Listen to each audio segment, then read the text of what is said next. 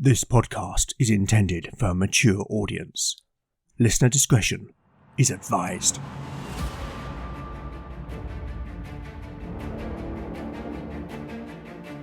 Welcome back to Legend of the Bones. Following in the footsteps of giants, Legend of the Bones is a chimera. A mix of old school tabletop RPG and dark fantasy storytelling.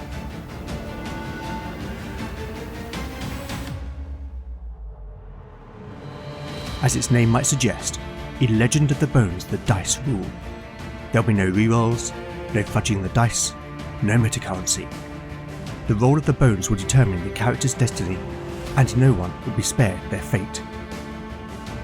None shall escape the destiny of bone.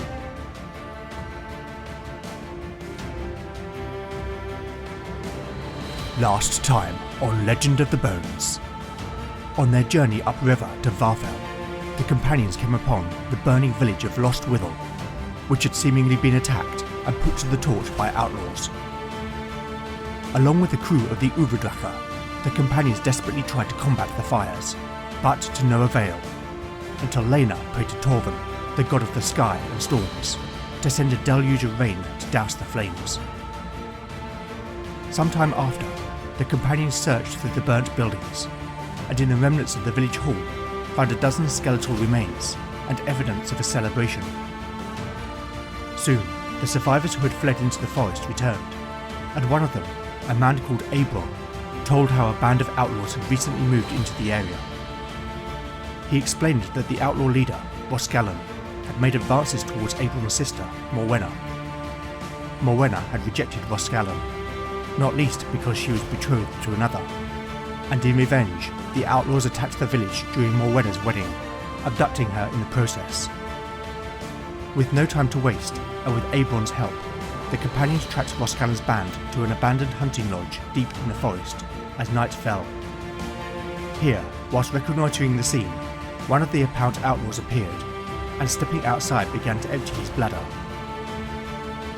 Just as the companions were considering how to capture the man alive, they spotted Ehbron, who had slipped away from the group and was now creeping towards the man.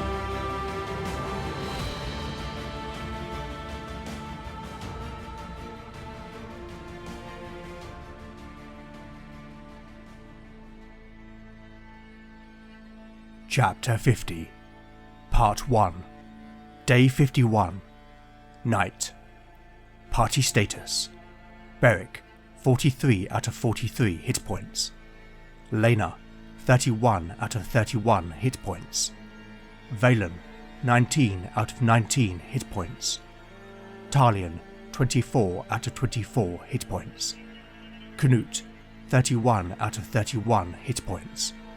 Arn, 24 out of 24 hit points. Kettle, 12 out of 12 hit points. Ehbron, 21 out of 21 hit points. Spells available: Valen has memorized Push, Shield, Revive, Clairvoyance, and Ignite. Talion has memorized Resolve, Poetic Prose, Pitch, and Imbue. Lena can pray for 2 second-level miracles and 1 third-level miracle. The soft glow of the waxing gibbous moon bathed the forest in a silvery light, casting an ethereal sheen over the landscape. Shadows danced among the trees, their branches swaying gently in the cool night breeze, while the air was thick with the scent of damp earth and the sweet lingering aroma of honeysuckle and meadowsweet. Somewhere in the distance, an owl hooted, its call echoing through the stillness, while the gentle burbling of the nearby stream gave voice to the water's endless journey. The forest seemed alive with the quiet symphony of night sounds. Across the clearing, close to the ruined hunting lodge, the outlaw finished urinating and began fastening his breeches. The dilapidated structure loomed behind him, its broken timbers jutting up and out like spears in a shield wall.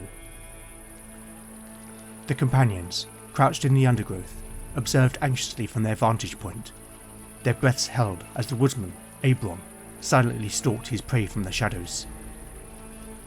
There was no time for the companions to get to him, and calling out would have given them away. They could do nothing but watch. Beric silently hoped that the man from Lost Withel had the wherewithal to take the outlaw alive. "Be not a fool," Beric muttered under his breath, his voice barely a whisper. At that moment, one of the horses whinnied again. Whether it was because they had picked up Ehbron's scent, or because they were soliciting a treat from their human, who knew? But the outlaw's attention turned to the beast. "Quiet down," he commanded irritably, and turned to walk back into the broken down building. Seeing his chance, Ehbron moved quickly from the shadows, hoping to grab the man from behind. But in his haste, a stick snapped under his foot, the sharp sound cutting through the night like a knife. The outlaw froze mid-step, his head whipping around, eyes narrowing as he scanned the shadows for the source of the noise. Ehbron, realizing his mistake, pressed himself against the trunk of a nearby tree, hoping the darkness would conceal him. The companions held their breath, hearts pounding in their chests. Beric clenched his fists, silently willing Ehbron to remain hidden. The outlaw took a cautious step forward, his hand moving to the hilt of his sword, suspicion written on his face. "Who's there?" he called out, his voice a low growl. Beric picked up a stone, glancing at Canute, who was crouching next to him. "Get ready," he whispered, to which the Skade nodded, and slowly slid his blade from its scabbard. Judging where the horses might be, Beric took the stone and hurled it towards the building. In an instant, one of the animals neighed in alarm, causing the outlaw to turn towards the commotion.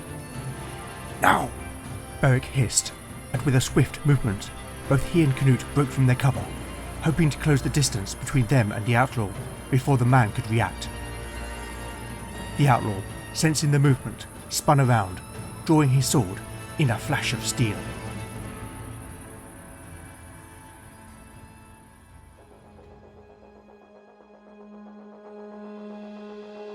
Pursuit. That first dive roll you heard earlier was Ehbron failing his wilderness stealth check. The second was a roll to see whether Beric could hit one of the horses, and amazingly, even with being heavily penalised, he succeeded. Okay, so one man is not going to be much of a threat to the companions, and I think that given the circumstances, there is no way that he would stand and fight. I'm not even going to roll for this.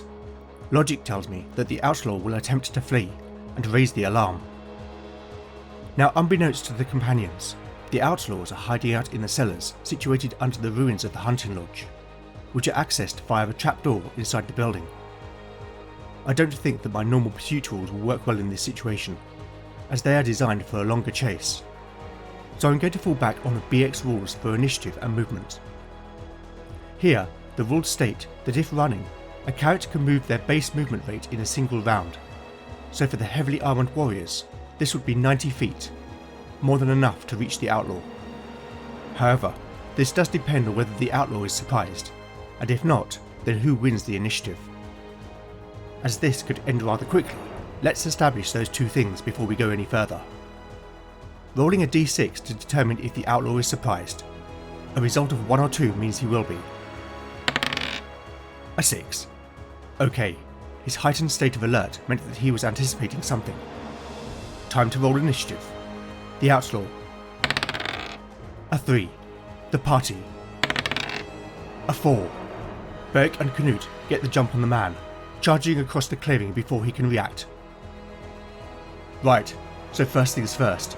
I have decided that the outlaws will be a mix of fighters and rogues.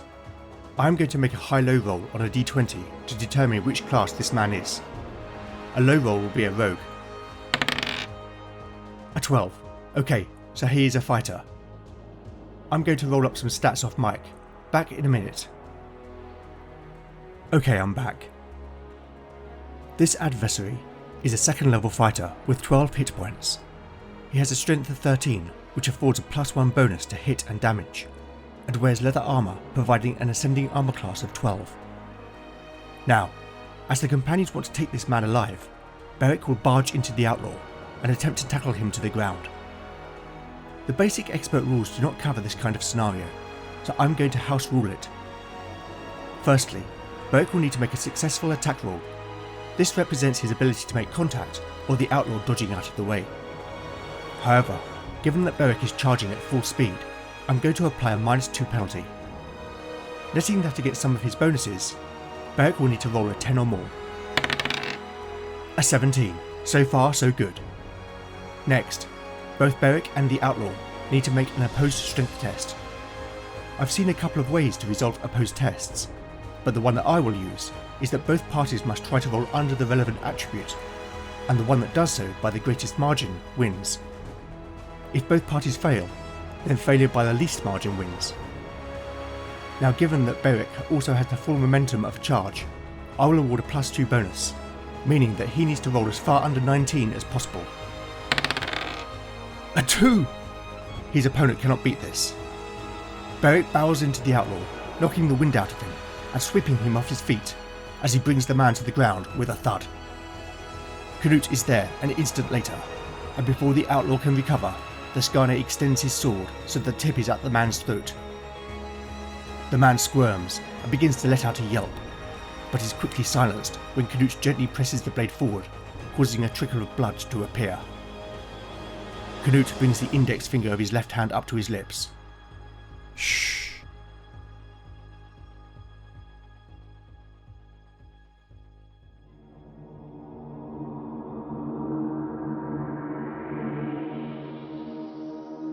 Having captured the outlaw, the companions have an opportunity to gain important insight about the rest of the gang. But whether they can get their captive to talk may be another matter. Now, Canute would have little compunction about using torture to extract the information from their captive, but there is no way that Lena would allow that to happen, despite the man being beyond the protection of the law. On that basis, intimidation and threat will be the Skane's tool of choice.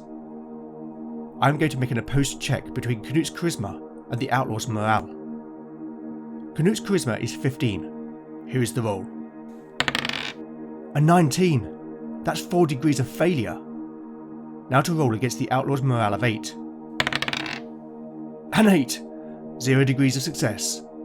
Clearly the outlaw fears Roscallon more than whatever Canute might do to him. With that in mind, back in episode 48, I asked the Oracle if these outlaws were in the employ of someone powerful. That result was a yes but. This suggested to me that there was probably a proxy involved. Now, way back in episode 18, we learnt that another outlaw by the name of L4 Kano was operating in the region, and on the behest of Lord Polmir's steward, Maelor, had been responsible for the attack on 4 Rivers. My question then is whether Roscallon is part of Kano's wider gang, once again working for Maelor, whom we have already established is one of Reynard of Harburg's trusted lieutenants. Let's ask the Oracle. A 5. That's a straight yes. Okay, with nothing else for the companions to elicit, let's get back to the story.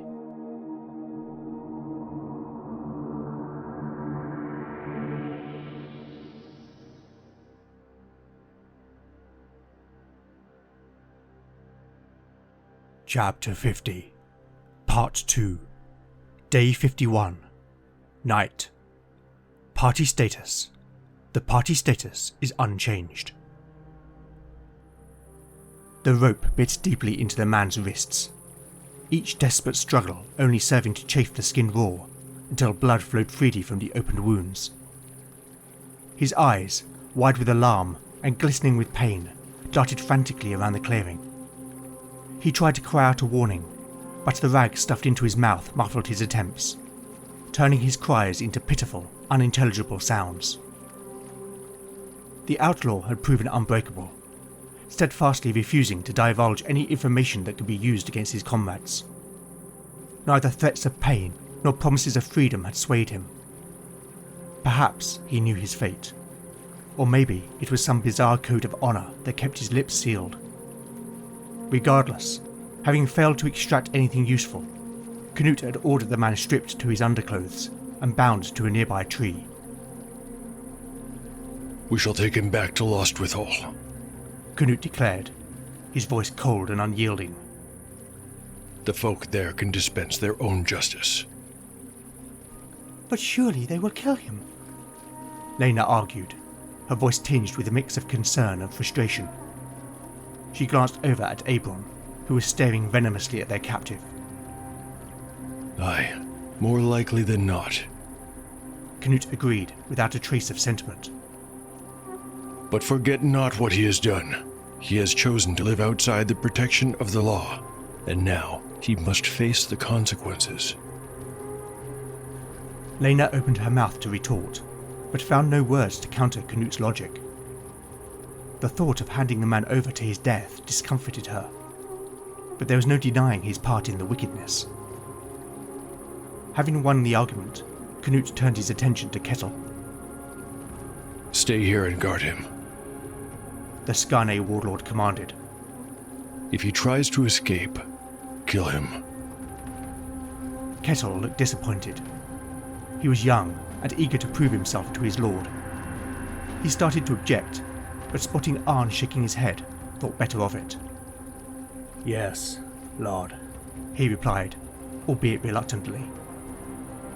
We must linger not, Beric stated, bringing the group's attention back to the matter at hand. This fellow will soon be missed. Come on.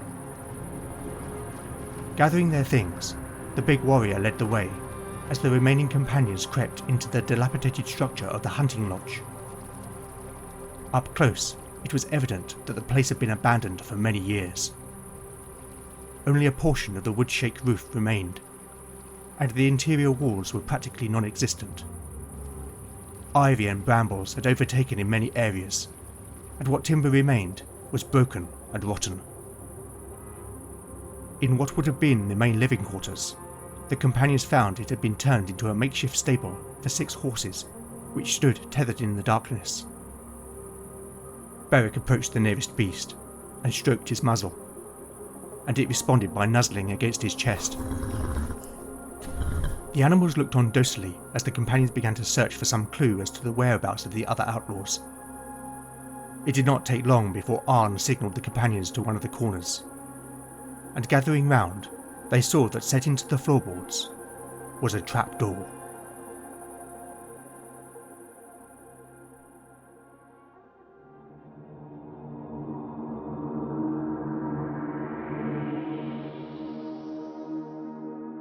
Off mic, I rolled to see how quickly the party would discover the trapdoor within the ruins of the hunting lodge, and with them splitting up and searching together, it only took one turn to do so. Having located the trapdoor, it would not take much for the companions to deduce that the outlaw's lair lay beyond. But would they consider that there may be an alternative entrance, or indeed an escape route? With no rogue in the party, the only character I think might consider this is Canute. To see whether this crosses his mind, I am going to make a wisdom check for the Northman. Canute will need to roll under his wisdom of 10 to succeed. A 15, so no. Okay, the party will enter via the trapdoor. Before they do so, I'm going to make a listen at door check. All the characters have a base 1 in 6 chance, so I'll simply roll for Beric. A 1! Well, I was not expecting the warrior to succeed. Right, let's see what happens.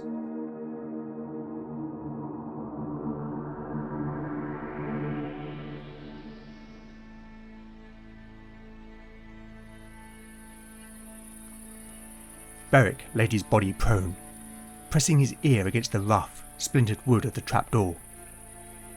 Above him, the wind rustled softly through the leaves of the ancient trees surrounding the clearing, their whispers mingling with the burbling of the nearby stream. The big man had to concentrate to block out the noise, his brow furrowed in intense focus. Below, there was a rattle and a dull thud, like that of a heavy door being opened and closed, followed by the muffled sound of voices echoing through the underground chamber.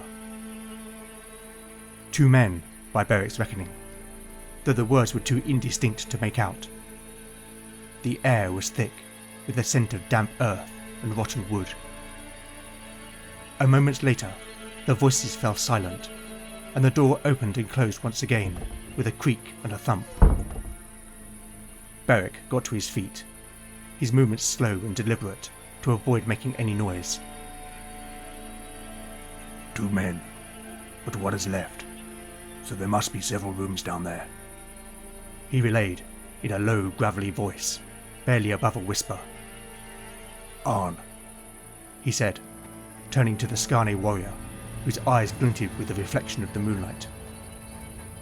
On my mark, open the trapdoor. Talion, he turned to the bard, who was already knocking an arrow to his bowstring. Ready your bow. When Arn opens it, take a shot at whoever is down there. I'll go in after and finish them. The 2 men indicated their understanding, their faces set with resolve as they moved into position, each man acutely aware of the stakes. Canute gripped Beric's bicep as the warrior readied himself. Be careful, cousin, he whispered, to which the big man responded with a nod and a grim smile. Arn knelt behind the hinges of the trapdoor, his fingers wrapped tightly around the iron ring set into the wood, ready to pull. Beric's heart pounded in his chest. His plan was far from ideal, but in the circumstances, they had no other choice. Taking a breath, he raised his hand, then gave the signal. With a swift motion, Arn pulled hard, and the trapdoor creaked open. Soft light immediately bled from the opening, but in contrast to the darkness of the night, still momentarily stung the companion's eyes. The scent of damp earth and rust grew stronger, mingling with the unmistakable odour of burning torches. A set of narrow steps led down 10 feet into a small antechamber, perhaps 15 feet square. It was empty save for a small table, upon which were cups, coins, and a pair of bone dice. Sat at the table, a man was cleaning his nails with the tip of his dagger. You took your time, he said, before glancing upwards, just as Talion loosed his arrow.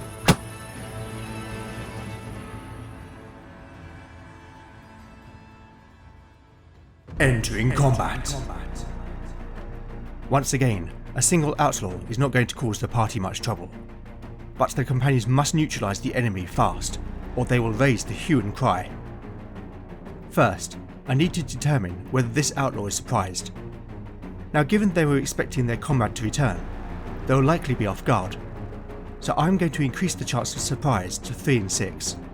Here is the roll. A 1. Okay, so the companions get a free attack. Now I'm going to make a high-low roll to determine whether this outlaw is a fighter or a rogue. A 14, they're a fighter. Talion takes his shot. The outlaw is wearing leather armour, conferring an armour class of 12, but with his dexterity bonus, and the bonus for short range, Talion will need to roll just an 8 or more. A 9 for... just 1 point of damage. The bard's arrow whistles past the man's head, scratching his cheek. Immediately after, Beric runs down the stairs. Given the awkwardness of the space, I'm going to make a dexterity check for the warrior. If he succeeds, I will allow him to make an attack in the same round. Otherwise, he will need the full round to negotiate the stairs. Beric will need to roll a 12 or less. An 8. Despite his size, the big man deftly bounds down the wooden steps and closes in for an attack. He will need to roll an 8 or more to hit. A 14 for a total of 11 points of damage. Taking the outlaw by surprise, Beric hacks down with callous pleather. The enchanted blade bites into the man's left shoulder near the neck. There is a fountain of blood as the jugular vein is severed, and the sword rips open the man's chest before he falls lifelessly to the floor.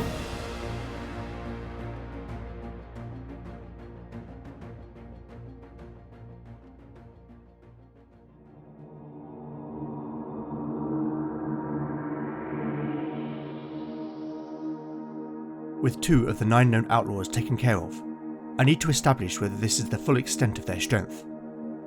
I'm going to turn to the Oracle for this. Are there any more outlaws beyond those known by Ehbron? A 3. That's a no but. That but makes me think that there is something else in the cellars, or there is something unusual about these brigands. Oh, hang on. I have an idea. But more of that later. In the immediate situation, I will make a listener door check for Beric for the room's only exit. A 6. The big man hears no sound. Now, unbeknownst to the companions, beyond this door, the outlaws have set up a trap. Again, with no rogue in the party, I will make a wisdom check for Beric, to see whether he thinks to search for such a danger. Beric will need to roll equal or less than 9 to succeed. A 14. I guess the warrior is unused to such underhand methods. I'm going to check for each person within the marching order to see whether they set off the trap. A roll of 1 or 2 on a d6 will indicate that the trap has been sprung. First up, Beric.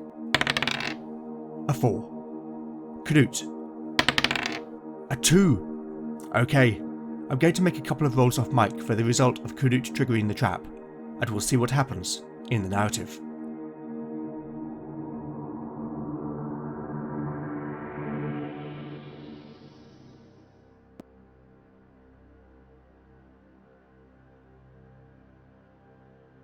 Chapter 50, Part 3, Day 51, Night. Party status. The party status is unchanged. The air in the small underground chamber was dank and moist. The walls were made of roughly hewn stone, between whose gaps grew soft green moss. Underfoot, the floor was nothing more than compacted earth, uneven and treacherous, while set into the south wall was a heavy iron-bound door, perhaps originally designed to preserve the temperature and humidity beyond, to aid the preservation of whatever had been stored in the cellars. Beric knelt beside the lifeless body of the outlaw, his fingers searching through the blood-soaked jerkin. The outlaw's face was twisted in a final grimace of shock and pain, and there was almost something animalistic about the man's expression. Canute, meanwhile, was examining the man's sword, which had been leant against the wall. The Northman had a curious expression on his face, and seemed interested in the blade. Perhaps he saw some value in it, for after a minute he returned it to its scabbard and fastened the belt around his waist. Finding nothing of consequence, Beric pocketed the handful of silver coins from the nearby table, then pressed his ear to the door, listening intently. Reassured by the silence on the other side, with a firm grip on the latch loop, he pulled the door open, revealing a short, dimly lit corridor, terminating in another doorway shrouded in shadow. The walls were lined with the same rough stone, though the air here was noticeably less humid. Talion produced the enchanted moonstone to light their way, handing it to Valen so that his hands were free to use his bow, and after, Beric led the way into the corridor. The warrior's movements were deliberate and cautious, his senses heightened, wary that whomever recently departed the previous chamber might return. In the dim light, he did not see the thin wire stretched across the corridor, and by pure chance his foot narrowly missed it. A moment later, Lena's voice rang out in alarm. Look out! The warning came just as the crunch of a blade hitting mail echoed through the corridor. Canute cried out, stumbling forward and knocking into Beric, almost toppling the big man. Beric pivoted quickly to support his cousin, who had been winded by the impact of a huge axe that had swung down from the ceiling, striking him in the back. The deadly pendulum now swayed gently in the middle of the corridor, and Beric realised that Canute was lucky to be alive. Easy, he said, steadying the Northman as he regained his footing. Canute's face was contorted with pain, but he managed to stay upright. Lena was quick to attend the warrior. She examined the links of Canute's mail, which had somehow withstood the impact. There was no visible blood, but she knew the force of the blow would leave him bruised for many days. "There's no sign of bleeding," she reported, though her voice carried a note of concern. Having already called upon the Nine several times to aid the villagers of Lostwithel, she would be unable to ask their favour again to alleviate the wound. Canute straightened himself with a grimace, then stoically nodded to indicate that they should move forward. As they advanced, Beric's eyes scanned the corridor for any further traps. The air grew colder, and the silence was oppressive. Reaching the doorway, the warrior paused, his hand hovering over the latch. He turned to the companions, his voice a low whisper. Stay sharp. Taking a breath, Beric pushed the door open. The room beyond was small and dimly lit, the air thick with the pungent smell of animal musk and decay. In the west wall was another door, and the earthen floor was strewn with straw and bones. It was clear that this chamber had been used as a kennel. In the centre of the room, a massive direwolf lay chained to the wall. Its fur was matted and dirty, its eyes glowing with a feral intensity. As the door creaked open, the beast's head snapped up, and it let out a low, menacing growl. Beric's heart pounded in his chest as the direwolf lunged forward, straining against his chains. The metal links rattled ominously, and the beast's jaws snapped inches from Beric's face, speckling him with saliva. He stumbled away. Get back! He shouted, his voice echoing off the stone walls, and the companions began to retreat back down the corridor. The direwolf's growls grew louder, its gleaming yellow eyes locked onto Beric with predatory focus. The chains holding it were old and rusty, and with a final powerful lunge, the beast broke free. It charged, snarling at the prey before it, baying for blood.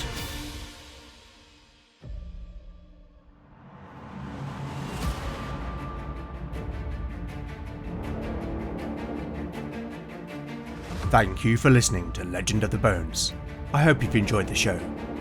If you like what you've heard, then please consider rating and reviewing the show in your podcatcher of choice.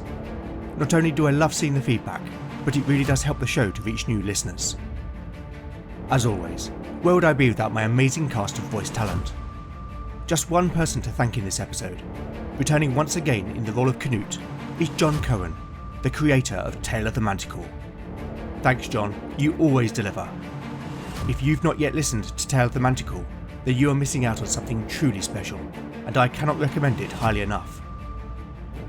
You can also help by liking or reposting new episode announcements, or by recommending the show online or to a friend. You really can't beat the power of word of mouth. Alternatively, if you'd like to show your appreciation by buying me a metaphorical cup of tea, then I have a Ko-fi page at ko-fi.com/Legend of the Bones. Any donations will go towards the show's running costs. If you're interested, I also have a range of merchandise, which can be found at www.redbubble.com/people/legendbones/shop. To keep the cost down to you, all items are presented at zero markup. I make no money from them. It's purely to give something back to fans of the show. I would also love to know what you think of the show, and I do respond to every message I receive. So with that in mind, you can contact me on X at LegendBones, Blue Sky at LegendBones, Mastodon at LegendBones at ttrpg-hangout.social, Instagram at LegendOfTheBones, email at legendofthebones@gmail.com, or go to legendofthebones.blogspot.com for show notes, house rules, character profiles, art, maps and more. Join me next time to find out what awaits our adventurers as the bones decide their fate. None shall escape the destiny of Bone. It has been 13 years since the world nearly split in two. Those of us that knew of the cataclysm at the time have tried to move on. However, as the lines between worlds started to thin again, it was only ever a matter of time before something terrible started to pay attention. But who will stand at the gates for us?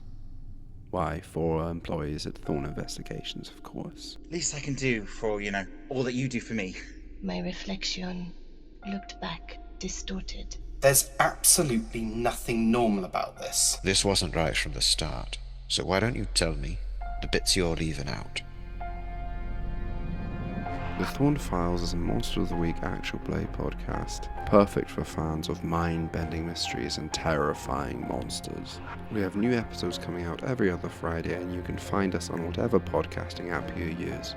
Join us for our new season in January 2025, or if you'd like, go listen to our first season. Whatever the case, we'll be happy to have you. Just be ready to be scared.